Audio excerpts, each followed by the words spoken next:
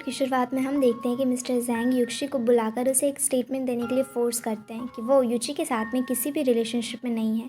पर युक्षी इस स्टेटमेंट को देने से मना कर देता है, जिस वजह से कि मिस्टर ज़ैंग उसे मूवी के कॉन्ट्रैक्ट से भी बाहर कर देते हैं। और तभी वहाँ पर युची भी युक्षी के लिए लंच लेकर आ जाती है और वहाँ पर कुछ लड़कियों को बात करते हुए सुनती है, जिससे कि युक्षी ने एक लड़की के लिए अपनी इतनी इंपॉर्टेंट मूवी को कैसे रिजेक्ट कर दिया और उसे मूवी में रिप्लेस कर दिया गया है, जिसे सुनकर युची को बहुत ही ज़्यादा बुरा लगता है। और वो मैनेजर के असिस्टेंट को कहती है कि वो युक्षी को ये ना बताए कि युची वहाँ पर आई थी।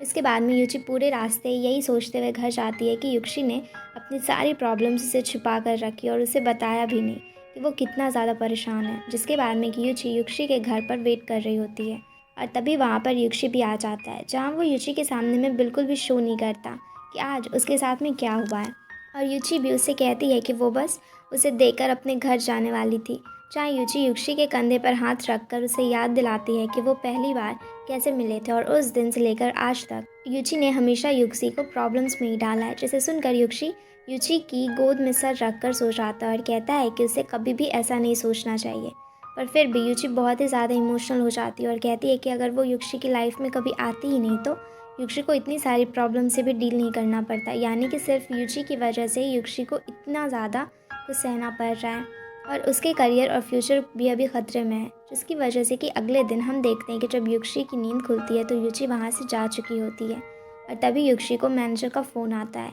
और वो युक्षी से ये कहता है कि उसे कल रात की पोस्ट की वजह से सारा मैटर अभी सॉल्व हो गया है। पर युची ने तो कल रात कोई पोस्ट अपलोड की ही नहीं होती है, जिससे कि वो अपना फ़ोन जल्दी से चेक करता है और देखता है कि खुद युची ने युक्षी के फ़ोन से एक स्टेटमेंट पोस्ट की हुई होती है कि वो दोनों सिर्फ बिजनेस रिलेटेड ही जुड़े हुए हैं और उनका कोई भी रिलेशनशिप नहीं है, ये तो बस एक रूमर ही था। जहाँ पास सीन में हम ये भी देख पाते हैं कि युची युक्षी को सोते हुए देखकर वो पोस्ट को अपलोड करती है और रोते हुए युक्षी के सर पर किस कर कर उसके घर से चली जाती है। अब युक्षी को फ़ोन लगाने की कोशिश करता है, पर युची ने तो उसे ब्लॉक ही कर दिया होता है और युक्षी उसके घर पर भी जाता है, पर वहाँ भी युची नहीं होती है। जिससे कि अब युक्षी मैनेजर के ऑफिस में जाता है और उस पर चिल्लाने लगता है कि उसकी वजह से ही युची उसे छोड़कर चली गई है। पर तभी वहाँ पर पेन डुओ युक्षी को समझाती है और कहती है कि ज़रूर युची उसके लिए कोई नोट छोड़ कर ही गई होगी कि वो कहाँ पर है। जिससे कि युक्षी पेन डुओ को कहता है कि लेटर्स लिखना और नोट छोड़ना तो बहुत ओल्ड जनरेशन है, तो युची ऐसा क्यों ही करेगी। पर तभी युक्षी अपनी पॉकेट में हाथ डालता है तो उसे एक पेपर मिलता है, पर असल में तो वो लॉन्ड्री नंबर का पेपर था। जिसके बाद में कि युक्षी के डैड से मिलने के लिए जाता है, पर वो भी वहाँ पर नहीं थे और युक्षी को वहाँ एक आदमी से पता चलता है कि युची के डैड अपनी रिसर्च करने के लिए एक एंशिएंट टाउन में गए हुए हैं। और वहीं दूसरी तरफ हम देखते हैं कि असल में युची भी वहीं पर अपने डैड के साथ में होती है और वो उन्हें हक कर कर रोने लग जाती है। जिसके बाद में कि युची को कॉल करने की भी कोशिश करता है, पर उस वक्त युची अपने डैड के साथ में पानी के पास में बैठी हुई होती है और जैसे युची का फ़ोन रिंग करता है तो वो गलती से पानी के अंदर ही गिर जाता है और युची उसे निकाल भी नहीं पाती है। जिसके बाद में कि हम देखते हैं कि युक्षी को पूरी रात नींद ही नहीं आती, क्योंकि वो युची को बहुत ही ज़्यादा मिस कर रहा होता है। जिसकी वजह से कि वो रूम में भी चला जाता है, पर वहाँ पर भी युची की दी हुई बुक्स पढ़ने लग जाता है और सुबह होते ही उसे अपने मैनेजर का कॉल आता है कि कोई एक प्रेस कॉन्फ्रेंस अटेंड करने की रिक्वेस्ट करता है और युक्षी वहाँ पर मान भी जाता है। वहीं दूसरी तरफ युची भी बैठकर एक बुक पढ़ रही होती है, उसमें उसे युक्षी नज़र आने लग जाता है कि उसे अजीब अजीब से फेस बनाकर हंसाता है। पर तभी वहाँ पर युची के डैड वहाँ आते हैं। जब युची उन्हें वो बुक बताती है तो उसमें बस युक्षी का ही एक स्केच बना हुआ होता है। इसके बाद में कि वो उस टाउन में बने लेक पर जाती है और वहाँ पर युक्षी को मछली पकड़ते हुए देखती है, पर असल में वो बस एक बूढ़ा आदमी था। और रात को भी जब युची अपना माइंड फ्रेश करने के लिए हिस्ट्री पढ़ाने लग जाती है तो उससे भी उसमें युक्षी ही दिखाई देता है, जिससे कि वो थोड़ी इमोशनल भी हो जाती है और उस फैन को देखकर युक्षी को याद आता है कि वो उसे युक्षी ने ही गिफ्ट किया था। अब अगले दिन युची की तबीयत बहुत ही ज़्यादा ख़राब हो जाती है, क्योंकि उस टाउन में कल रात बहुत ही तेज़ बारिश हुई होती है, जैसे कि युची के डैड उसे रेस्ट करने के लिए कहते हैं। वहीं दूसरी तरफ युची को ढूंढने के लिए युची पर एक ऐसे लिखता है और पेन डुओ और चाओ भी उसकी हेल्प करते हैं। और तभी युक्षी के मैनेजर का कॉल आता है और वो प्रेस कॉन्फ्रेंस के बारे में ही बात कर रहा होता है, जैसे कि पेन वो भी सुन लेती है और वो उसे लगता है कि ये प्रेस कॉन्फ्रेंस युक्षी ने उसके और युची के रिलेशनशिप को गलत बताने के लिए की है। इसलिए वो युक्षी पर और भी ज़्यादा गुस्सा होकर वहाँ से चली जाती है और चाव को भी अपने साथ लेकर चली जाती है। जिसके बाद में कि हम देखते हैं कि रात को युक्षी अपने सोशल मीडिया पर युची के लिए स्टेटमेंट लिखने लग जाता है कि युची इनोसेंट है और उसकी कोई भी गलती नहीं है, जहाँ वो यूची की लिखी हुई एक पोएम को भी ऑनलाइन अपलोड कर देता है और उसे पढ़कर लोग यूची के बारे में हेट कमेंट करना बंद कर देते हैं, जिससे कि यूची को बहुत ही ज़्यादा खुशी होती है क्योंकि उसका प्लान थोड़ा सा तो काम कर चुका था।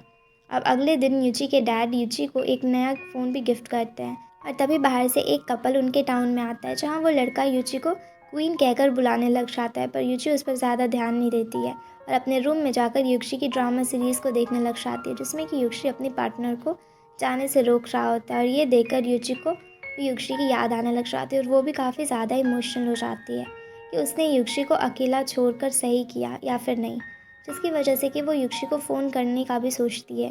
पर वो कर नहीं पाती। जिसके बाद में कि यूची मैनेजर से मिलता है और कहता है कि वो कॉन्फ्रेंस में बहुत सारे टीवी चैनल्स को बुलाए क्योंकि वो चाहता था कि वो उस प्रेस कॉन्फ्रेंस को पूरा चाइना देखे। वहीं दूसरी तरफ लिंग भी सॉन्ग से पूछती है कि अब वो लोग क्या करेंगे, जिस पर कि सॉन्ग बताता है कि उसके पास यूची और यूची के कुछ और भी ज़्यादा फ़ोटोज़ हैं। उन्हें ये सारी फ़ोटोज़ जिनके बर्थडे में लिए गए थे और उसका प्लान था कि जैसे ही कल यूची प्रेस कॉन्फ्रेंस चालू होगी तो उन फ़ोटोज़ को भी वो लीक कर देगा ताकि सब लोग यूची के क्लैरिफिकेशन को झूठा समझेंगे। जिसके अगले दिन हम देखते हैं कि यूची अपनी प्रेस कॉन्फ्रेंस में जाता है और ये न्यूज़ यूची भी अपने टीवी पर लाइव देख रही होती है, जिसे देखकर वो शॉक रह जाती है। और अब वहाँ पर यूची स्टेज पर आता है, जहाँ कि पहले तो सारे लोग उसकी लीक हुई फ़ोटोज़ के बारे में उसे बताने लग जाते हैं कि उसमें जो लड़की है वो उसकी असिस्टेंट यूची है और वो कहता है कि एक फ़ोटो से वो लोग ये प्रूव नहीं कर सकते कि यूची उसकी गर्लफ्रेंड है, जिससे कि सबको यकीन भी हो जाता है कि यूची सच में यूची की गर्लफ्रेंड नहीं है और वो बस रूमर्स फैलाने के लिए किया गया था। पर तभी यूची खुद स्क्रीन पर एक कोलैज चला देता है जिसमें कि उसके और यूची के बहुत सारे फ़ोटोज़ थे और वो पूरी दुनिया के सामने में बताना चाहता था कि यूची उसकी ही गर्लफ्रेंड है। जहाँ यूची सबको बताता है कि सबसे पहले उसने यूची को पसंद करना शुरू किया था और अब यूची ने उसकी जान बचाई थी और उसे प्रोटेक्ट भी किया था, जिसका मतलब ये था कि यूची ने यूची के फेमस होने की वजह से उसे रिलेशनशिप में नहीं रखी, बल्कि यूची भी उसे बहुत ही ज़्यादा प्यार करता है। और यही कहकर यूची सबको सॉरी कहता है क्योंकि उसकी वजह से उसके बहुत सारे फैंस को नुकसान हुआ था। जहाँ वो अपने प्रोडक्ट्स भी वापस लेने के लिए सभी को पेन डुओ का नंबर देता है, यानी कि पेन डुओ भी इसमें सीक्रेटली शामिल थी और यूची की हेल्प कर रही होती है। जो सब देखकर यूची बहुत ही ज़्यादा इमोशनल हो जाती है और उसी वक्त यूची से मिलने के लिए जाने लग जाती है, पर तभी दरवाजे पर पहुंचते ही बेहोश होकर नीचे गिर जाती है। वहीं दूसरी तरफ पेन डुओ और चाओ साथ मिलकर काम कर रहे होते हैं, तो पेन डुओ के घर रुकने की उसे रिक्वेस्ट करती है और चाओ भी वहाँ पर मान जाता है। जिसके बाद में कि हम मैनेजर और मिस्टर जैंग को देखते हैं और मिस्टर जैंग बहुत ही ज़्यादा गुस्सा होते हैं और मैनेजर को कहते हैं कि वो कहीं से भी अब यूची को ढूंढ कर लेकर आए। पर मैनेजर को भी नहीं पता था कि प्रेस कॉन्फ्रेंस के बाद में यूची कहाँ पर गायब हो गया है। इसके अगले दिन यूची के घर पे जाती है और फिर वहाँ पर यूची नहीं होता क्योंकि उसे कंपनी ने बाहर कर दिया होता है, इसलिए उसका घर बेस में चला गया था। पर अब ये सब कुछ असल में यूची का सिर्फ एक सपना होता है और जैसे कि उसकी आंख खुलती है तो वो हॉस्पिटल में होती है क्योंकि उस वक्त वो बेहोश हो गई थी और इसके पास में होता है यूची, जिसे देखकर यूची बहुत ही ज़्यादा खुश हो जाती है। और तभी वहाँ पर डॉक्टर भी आ जाते हैं और बताते हैं कि अगर यूची को वहाँ पर टाइम पर ना लाया गया होता तो शायद फीवर की वजह से उसका ब्रेन डैमेज भी हो सकता था। जिसके बाद में कि यूची खुद अपने हाथों से यूची को मेडिसिन देता है और जब यूची अपने डैड के बारे में पूछती है तो यूची उसे बताता है कि उसके डैड ने ही यूची को वहाँ पर बुलाया था। जहाँ हम ये भी देख पाते हैं कि यूची के डैड भी अब यूची को पसंद करते हैं और वो भी उसे अच्छा इंसान समझते हैं। जिसके बाद में कि यूची से कहती है कि वो वापस से चले जाना चाहिए और कंपनी को समझाना चाहिए ताकि वो उसे बाहर ना निकालें, और इसलिए यूची खुद भी यूची को लेकर वहाँ से जाने लग जाती है। पर यूची उसे अपनी तरफ खींच लेता है और हक करता है, जिससे कि वो दोनों आपस में थोड़े इमोशनल भी हो जाते हैं। और अब यूची से कहती है कि उस टाउन में रहना यूची के लिए थोड़ा मुश्किल हो सकता है, पर यूची उसे कहता है कि वो यूची के साथ में कहीं पर भी रह सकता है। जिसके बाद अगले दिन हम देखते हैं कि वो दोनों यूची के डैड की रिसर्च में हेल्प कर रहे होते हैं और कुछ लोगों का इंटरव्यू लेने के लिए जाते हैं, जहाँ पर कि यूची का लॉकेट टूट जाता है और वो उसे खोलने की कोशिश भी करती है, जिसमें कि यूची भी उसकी हेल्प करता है और वो दोनों एक दूसरे के क्लोज आ जाते हैं। पर तभी यूची के हाथों पर एक कीड़ा काट लेता है और उसके हाथ से वो लॉकेट भी गमले में गिर जाता है, जिस पर कि उन दोनों का ध्यान नहीं जाता और वो दोनों ही डॉक्टर के पास में चले जाते हैं। पर डॉक्टर उन्हें बताता है कि यूची की चोट तो बहुत ही ज़्यादा नॉर्मल है और वो जल्दी ही ठीक हो जाएगा। पर तभी यूची को मैनेजर का कॉल आता है, पर यूची रॉन्ग नंबर बोलकर फ़ोन को कट कर देता है। इसके बाद में कि मिस्टर जैंग मैनेजर को अपने ऑफिस में बुलाते हैं और दूसरी तरफ सॉन्ग को भी मिस्टर टोंग का फ़ोन आता है, जो कि पहले यूची के इन्वेस्टर थे। अब इधर पेन और चाओ भी युक्शी के पीछे पीछे उस टाउन में पहुंच जाते हैं जहां उन्हें बहुत ही ज़्यादा चलना पड़ता है और इसलिए पेन वो मौका देकर चाओ को उसे कैरी करने के लिए भी कहती है, पर चाओ ऐसा करने से मना कर देता है और कहता है कि वो लोग युक्शी के घर भी पहुंच ही चुके हैं, जहाँ कि वो देखते हैं कि युक्शी एक मुर्गा पकड़ रहा होता है और उसके बालों में भी बहुत सारे फेदर्स लगे हुए होते हैं। जिसके बाद वो सब लोग साथ मिलकर रात में होने वाले बॉनफायर में जाते हैं, जहाँ की युक्शी और चाओ एक गाना भी गाते हैं, जहाँ की युक्शी युची अकेले बैठे हुए देखते हैं और उसके पास में जाकर उसे भी उसके साथ में गाना गाने के लिए कहता है और अब वो दोनों साथ में गाना गाने लग जाते हैं, जहाँ की युची भी बहुत खुश होती है। और ये देखकर युची के डैड भी वहाँ पर उनको याद आने लगता है कि जब उन्होंने युची को युची से दूर होने के लिए कहा था, तब युची ने उनके सामने में एक्सेप्ट किया था कि वो युची को खुश रखेगा और उसे जितना हो सकेगा वो करेगा। जिसे याद करके युची के डैड भी बहुत ही ज़्यादा खुश होते हैं और अपने पास बैठे दोस्त को बोलते हैं कि युची उनका सन इन लॉ है और वो बहुत ही अच्छा है। पर ये बात सुनकर युची को थोड़ी सी शर्म आने लग जाती है, तो वो वहाँ से चली जाती है और वापस से युची उसके लिए गाना गाने लग जाता है। जिसके बाद में कि हम देखते हैं कि चाओ को अपनी रिकॉर्डिंग भी पूरी करनी थी और वो पेन डुओ के साथ में वहाँ से चला जाता है और अब युची और युची भी गेस्ट हाउस में चले जाते हैं, जहाँ की युची के रूम में सोने के लिए उसे बहाना करता है कि वो उसका रूममेट बहुत ही ज़्यादा खर्राटे लेता है और इसलिए युची के साथ में वो सोना चाहता है, जिससे कि युची भी वहाँ पर उसे कहती है कि उसके रूम में फ्लोर पर वो सो जाएगा। पर तभी युची के डैड भी वहाँ पर आ जाते हैं और वो युची से कहते हैं कि उनके साथ वाले रूम में वो सो सकता है। जिसके बाद हम देखते हैं कि युची रात को अपने मैनेजर को कही हुई बातों को याद कर रहा होता है कि सब जगह से रिप्लेस कर दिया गया है। पर तभी युची देखता है कि युची के डैड नींदों में एक एंशिएंट वॉरियर की एक्टिंग कर रहे होते हैं।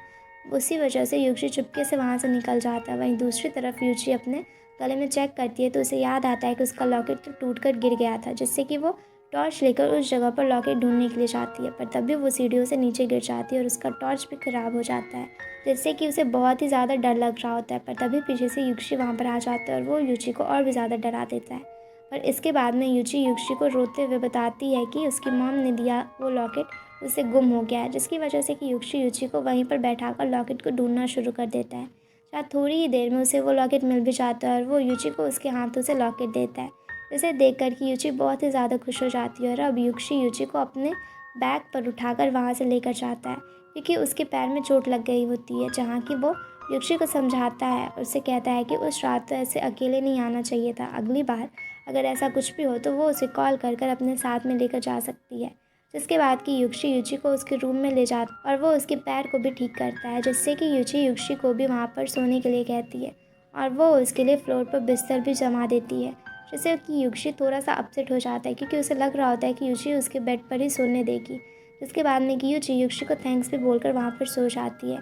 और वहाँ पर युची उसे उठाने की कोशिश करता है क्योंकि वो उसके साथ में सोना चाहता था, पर युची उसकी बात नहीं सुनती और युची को नीचे ही सोना पड़ता है। अब अगले दिन युची की आंख खुलती है तो उसे मैनेजर का कॉल आता है। वो युची को बाहर आने के लिए कहता है क्योंकि वो युची को ढूंढते हुए टाउन तक पहुंच गया था। और जब युची बाहर आता है तो मैनेजर को बहुत ही बुरी हालत में देखता है, जिसके बाद कि मैनेजर युची को अपने साथ चलने के लिए कहता है और आगे उसे सब कुछ बताने लग जाता है कि तभी युची भी वहाँ पर आ जाती है और मैनेजर को देखकर शॉक रह जाती है। युची गेस्ट हाउस में रुकने वाले गेस्ट और मैनेजर के लिए लंच बनाता और युची को इस तरह से शेफ़ का काम करते हुए देखकर मैनेजर थोड़ा टेंशन में आ जाता है, क्योंकि उसने इतने सालों से युची को एक किंग की तरह में ट्रीट किया था और अब वो एक टाउन में शेफ़ बन चुका था। वहीं दूसरी तरफ मिस्टर टोंग, जो कि युची के इन्वेस्टर थे, वो सॉन्ग के सामने में एक डील रखते हैं जिसमें कि वो सॉन्ग को फेमस हिस्टोरिकल मूवी में लीड रोल देने के लिए तैयार थे, पर उसके बदले में सॉन्ग को एक होटल का फ्री में ब्रांड एम्बेसडर बनना था, जिसके लिए कि सॉन्ग मिस्टर टाओ को मना कर देता है। वहाँ पर युची से कहता है कि वो उसे बहुत पसंद करता है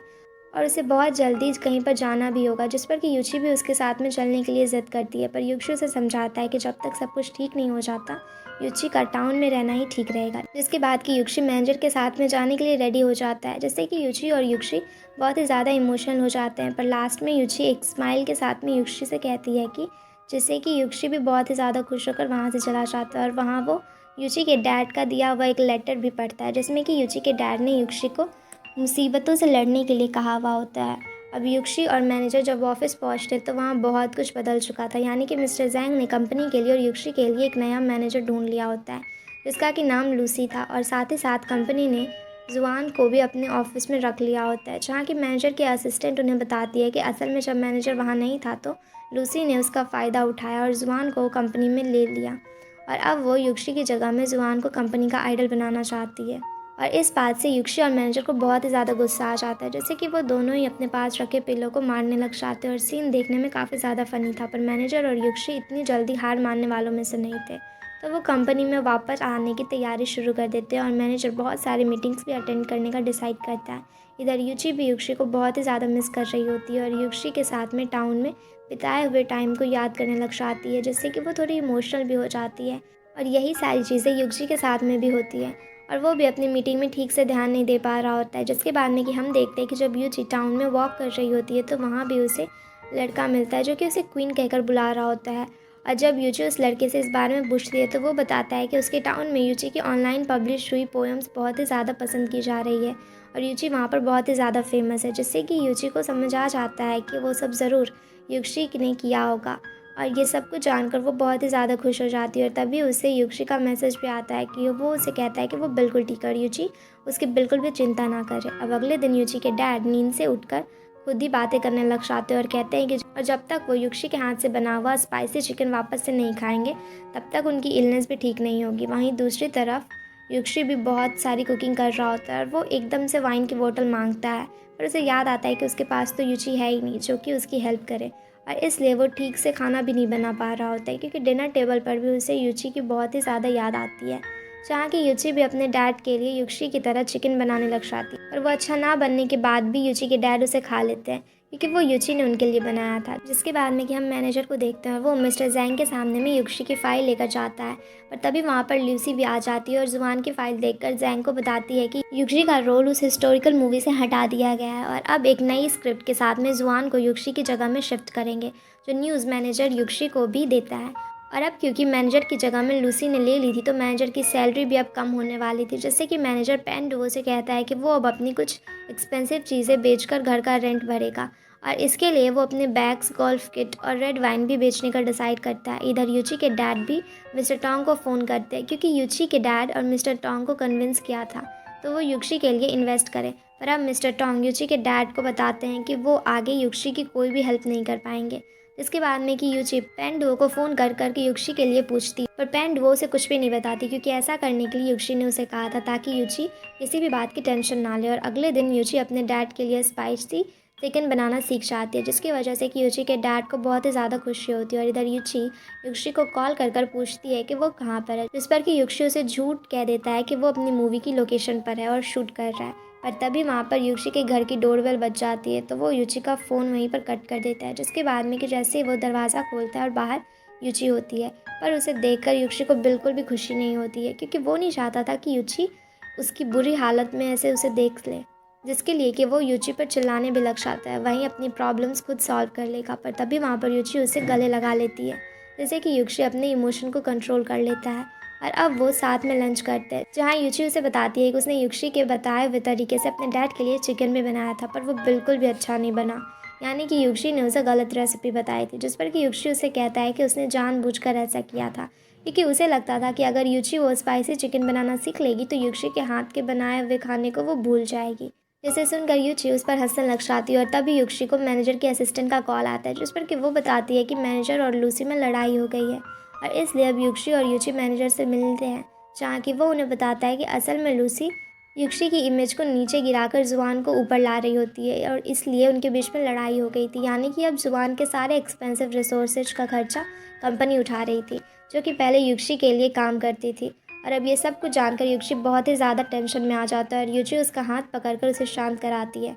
जिसके बाद में कि उसकी मुलाकात जुआन से भी होती है और युची को देखकर जुआन उसके पास में आने लग जाता है, पर युक्षी उसे अपनी उंगली से दूर कर देता है और कहता है कि शायद उसने उसकी कॉन्फ्रेंस नहीं देखी थी और अब वो एक परफेक्ट कपल है। जिसे सुन करके जुआन भी उन्हें कुछ भी नहीं कह पाता है और वो दोनों वहाँ से चले जाते हैं। और अब घर जाकर युक्षी जुआन के सोशल मीडिया अकाउंट को देखता है और उसमें खामियां निकालने लग जाता है, पर तभी युची उसके फ़ोन को बंद कर कर उसका हाथ पकड़ लेती है और कहती है कि वो भी जल्दी वापस अपनी लाइफ में नॉर्मल हो जाएगा और उसे भी अपनी मूवीज़ वापस ही जल्दी मिल जाएगी। जिसके अगले दिन ही हम देखते हैं कि मैनेजर जैंग और बाकी के लोगों के साथ में एक मीटिंग वो कर रहा होता है, जहाँ की लूसी के कहने पर मिस्टर जैंग वहाँ पर युक्षी को टेम्पररी बैन करने का डिसाइड करते हैं और मैनेजर भी वहाँ पर युक्षी को बचाने के लिए कुछ भी नहीं कह पाता है, जो खबर युची भी वहाँ पर टीवी में देख लेती है। पर फिर भी युक्षी उसे कंपनी के काम का बहाना कर कर वहाँ से चला जाता है, जहाँ वो चाव के साथ में बहुत ही ज़्यादा ड्रिंक कर रहा होता है। और फिर वहाँ पर चाओ उसे घर छोड़ने के लिए भी आता है, जहाँ कि चाओ यूची से पेन डुओ के बारे में पूछता है। पर यूची चाओ से कहती है कि अगर उसे पेन डुओ की इतनी ही फिक्र है तो उसे खुद ही पेन डुओ से पूछना चाहिए। जहाँ कि हम पेन डुओ और मैनेजर को देखते हैं, और मैनेजर ने अपने घर का भी आधे से ज़्यादा सामान बेच दिया होता है, जिसकी मदद करने के लिए कि पेन डुओ भी मैनेजर से कहती है कि कल वो चाओ के घर में शिफ्ट हो जाएगी ताकि वो लोग अपने रिसोर्सेज और पैसे बचा सकें। और ये सुनकर मैनेजर उसे वहाँ से भगा देता है। अब यूची वहाँ पर युक्षी को सुलाने के लिए रूम तक लेकर जाती है, जहाँ की युक्षी नशे में होने की वजह से यूची से पूछता है कि वो कब से उसे पसंद करती है, जिस पर कि युक्षी उसे बताती है कि वो बहुत पहले से ही उसे पसंद करती थी और उसे युक्षी की हर बात पसंद है कि कैसे युक्षी ने हर बार युची को संभाल के रखा था। अब अगले दिन युक्षी की आंख खुलती है तो वो देखता है कि युची ने उसके लिए ब्रेकफास्ट बनाया होता है, और वहाँ वो युची से बैन हो जाने वाली बात भी शेयर करता है, जिस पर कि युची उसे कहती है कि उसे ये बात पहले ही पता चल चुकी है। और तभी वहाँ पर युक्षी के कुछ फ़ैन लेटर्स भी घर पर पहुँच जाते और युची उन्हें युक्षी के लिए पढ़ने लग जाती है। पर उन सारे लेटर्स में युक्षी के फ़ैनों से बहुत ही ज़्यादा हेट कमेंट ही दिया हुआ होता है, जिसकी वजह से युची एक बार के लिए थोड़ी अपसेट भी हो जाती है। पर फिर वो खुद ही खुद अच्छे लाइन्स बनाकर उन लेटर्स को पढ़ने का नाटक करती है, जिससे कि युक्षी को भी बहुत ही ज़्यादा खुशी होती है कि अभी भी उसके फैंस उससे पसंद करते हैं, और इसलिए वो उन सारे लेटर्स को युची से लेकर अपने बॉक्स में रख देता है, क्योंकि उसके लिए उसके फैंस बहुत ही ज़्यादा इंपॉर्टेंट थे। और जब भी वो सैड होता था तो वो अपने फ़ैन के अच्छे अच्छे लेटर्स को पढ़ा करता था। और अब हम देखते हैं कि पेन डुओ अपने मेकअप रूम में होती है, जहाँ की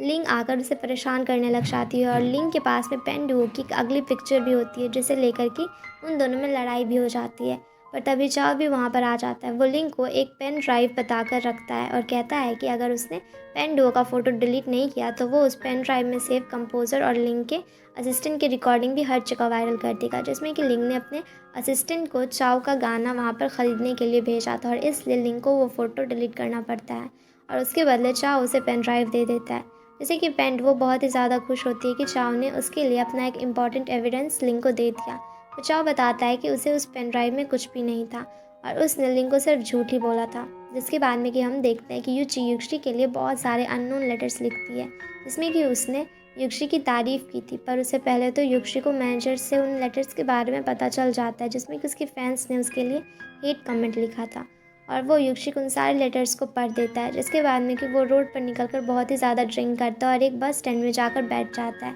जहाँ उसके एडवर्टाइजमेंट का बैनर लगा हुआ होता है। पर तभी कुछ लोग आकर उस बैनर को फाड़ कर फेंक देते हैं। उसकी जगह पर वहाँ पर जुआन का बैनर भी लगा देते हैं, जिससे कि युक्षी वहाँ से उठकर चला जाता है और आगे उसे उसी की तरह एक स्ट्रगलिंग एक्टर दिखता है, जिसका कि स्क्रिप्ट उसे याद ही नहीं हो रहा होता है और उसे डांट भी पड़ रही होती है। और इसे देखकर युक्षी को अपने पुराने दिन याद आने लग जाते, क्योंकि पहले उसे भी इसी तरह से डांट पड़ा करती थी। जहाँ दूसरी तरफ युची चाओ को फ़ोन कर वहाँ पर बताती है कि युक्षी घर से कहीं पर चला गया है। पर चाओ युची को ये समझाने लग जाता है कि युक्षी वापस घर आ जाएगा, वो उसकी इतनी फ़िक्र ना करे। जिसके बाद में रात को युक्षी घर भी आ जाता है और वो युची से बात करने का सोचता है, जहाँ की युची भी उससे बात करने का ही सोच रही होती है। पर युक्षी उससे बात नहीं कर पाता और अपने रूम में बैठकर रोने लग जाता है।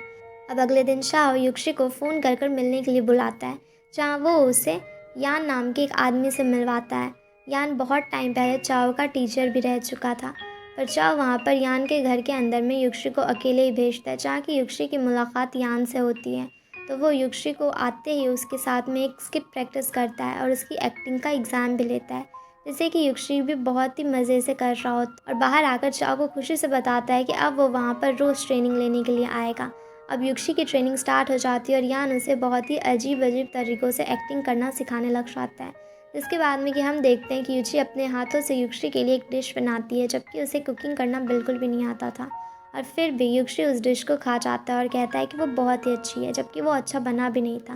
और इसके बाद अगले दिन युक्षी को ट्रेनिंग से ब्रेक मिलता है, तो वो युची के साथ में स्केटिंग करने के लिए जाता है। पर युची को स्केटिंग करना ही नहीं आता था, जिससे कि वो नीचे गिरते ही वाली होती है। पर युक्षी उसे पकड़कर वहाँ पर बचा लेता है और फिर वो लोग निकल जाते हैं अपनी बाकी की एक्टिविटीज़ के लिए, जो कि असल में वहाँ पर बंजी जंपिंग और स्कूबा ड्राइविंग थी। वहीं दूसरी तरफ सॉन्ग और लिंग अब युक्षी के बाद में पेन डुओ को इंडस्ट्री से बाहर निकालने लग जाते हैं, क्योंकि लिंग किसी भी अपोनेंट को छोड़ना नहीं चाहती थी। जिसके बाद में कि हम देखते हैं कि युक्षी और युची पूरा दिन एंजॉय कर घर आ जाते हैं। वहाँ युची युक्षी से कहती है कि अब अगली बार अगर वो घूमने के लिए गए तो वो अपनी इंश्योरेंस करवा लें, क्योंकि आज उन्होंने कुछ ज़्यादा ही एडवेंचर कर लिया है। अब अगले दिन युक्षी ट्रेनिंग के लिए यान के घर पर भी जाता है, पर यान बताता है कि आज उसके घर पे कुछ गेस्ट आए हुए हैं और वो ट्रेनिंग नहीं दे सकता, जिससे कि युक्षी को लगता है कि शायद सॉन्ग वहाँ पर पहुँच गया है और इसलिए वो चिल्लाते हुए अंदर घुस आता है। पर असल में वहाँ पे सॉन्ग की जगह में मिस्टर वेरन थे, जिन्हें देखकर युक्षी वहाँ से चुपचाप चला जाता है और उसे जाने के बाद में यान मिस्टर वेरन को बताता है कि युक्षी भी एक बहुत ही अच्छा एक्टर है। तो मिस्टर वेरन वहाँ पर युक्षी को अपनी हिस्टोरिकल मूवी में लीड रोल दे सकते थे, जहाँ की दूसरी तरफ हम देखते हैं कि सॉन्ग युक्षी के मैनेजर को मिलने के लिए बुलाकर वहाँ एक मैनेजर को ऑफ़र भी देता है कि वो उसकी कंपनी में आकर सॉन्ग को मैनेज करे, क्योंकि युक्षी का मैनेजर बहुत ही ज़्यादा अच्छा और फेमस मैनेजर था। लेकिन मैनेजर युक्षी को धोखा नहीं देना चाहता था और इसलिए वो सॉन्ग के ऑफ़र को भी रिजेक्ट कर देता है और बताता है कि वो युक्षी के साथ में काम करके बहुत ही ज़्यादा खुश है, क्योंकि युक्षी एक बहुत ही अच्छा इंसान है,